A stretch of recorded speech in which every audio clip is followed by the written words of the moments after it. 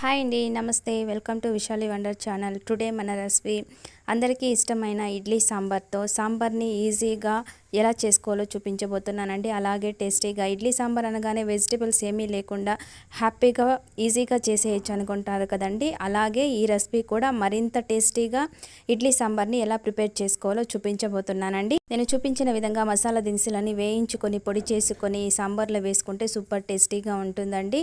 ఈ రెసిపీ కోసం నేను 1 కప్పు కందిపప్పు తీసుకున్నానండి. 150 గ్రామ్స్ అయితే ఉందండి.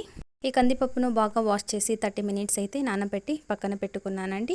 చూసారుగా 30 మినిట్స్ నానిన కందిపప్పును ఒక ప్రెషర్ కుక్కర్ తీసుకొని అందులోకి వేసుకుంటున్నానండి.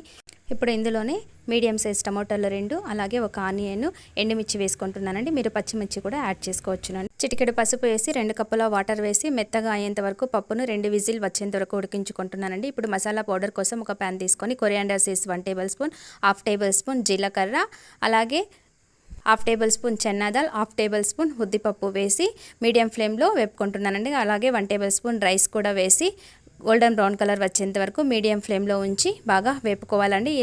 ఇలా మసాలాన్ని కూడా మనం ఇలా వేపి చేసుకోవడం వల్ల సాంబార్ అయితే మరింత టేస్టీగా ఉంటుందండి. చూడండి, మీడియం ఫ్లేమ్లో ఉంచి కలర్ చేంజ్ అయ్యేంత వరకు బాగా వేపుకున్నానండి. ఇలా వేపుకున్న వీటన్నిటిని కూడా పూర్తిగా చల్లారేంత వరకు ఆరపెట్టుకున్నానండి.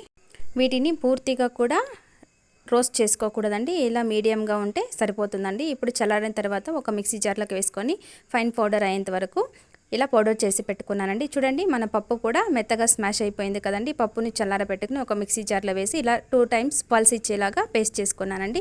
ఇప్పుడు ఒక ప్రెషర్ కుక్కర్ తీసుకొని ఇందులో 2 టేబుల్ స్పూన్ ఆయిల్, ఆవాలు కొద్దిగా వేసి ఆవాలు చిటపటలాడిన తర్వాత ఇప్పుడు ఇందులోనే కొద్దిగా జీలకర్ర కూడా వేసుకున్నానండి. జీలకర్ర కూడా వేగిన తర్వాత దంచిన వెల్లుల్లి రెబ్బలు 6-7 వేసుకుంటున్నానండి. అలాగే ఒక ఎండుమిర్చిని కూడా తుంపి ఇలా వేసుకొని కొద్దిగా కరివేపాకు కూడా వేసి వేపుకున్న తర్వాత 1 టమోటాను వేసి ఇలా మెత్తగా స్మాష్ అయ్యేంత వరకు వేపుకున్నానండి. టమాటో మగ్గిన తర్వాత మనం మిక్సీ పట్టుకున్న పప్పుని ఇందులో వేసి 2 కప్పుల వాటర్ వేసుకుంటున్నానండి. అలాగే మసాలా పౌడర్ని కూడా యాడ్ చేసేసుకుంటున్నానండి.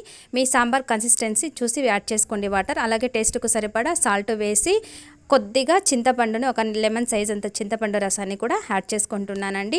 ఇలా మొత్తాన్ని కూడా వేసి బాగా కలుపుకొని ఒక 10 మినిట్స్ అయితే బాగా మరిగించుకోవాలండి. ఇలా మరిగిన తర్వాత చివరగా కొద్దిగా కొత్తిమీర వేసుకొని వేడిగా ఇడ్లీలోకి సర్వ్ చేసుకుంటే చాలా టేస్టీగా ఉంటుంది. అలాగే ఇంట్లో ఉన్న ప్రతి ఒక్కరు కూడా కడుపు నిండా తింటారండి. అంత టేస్టీగా ఉంటుందండి ఇడ్లీ సాంబార్ని. ఒకసారి మీరు కూడా ట్రై చేయండి.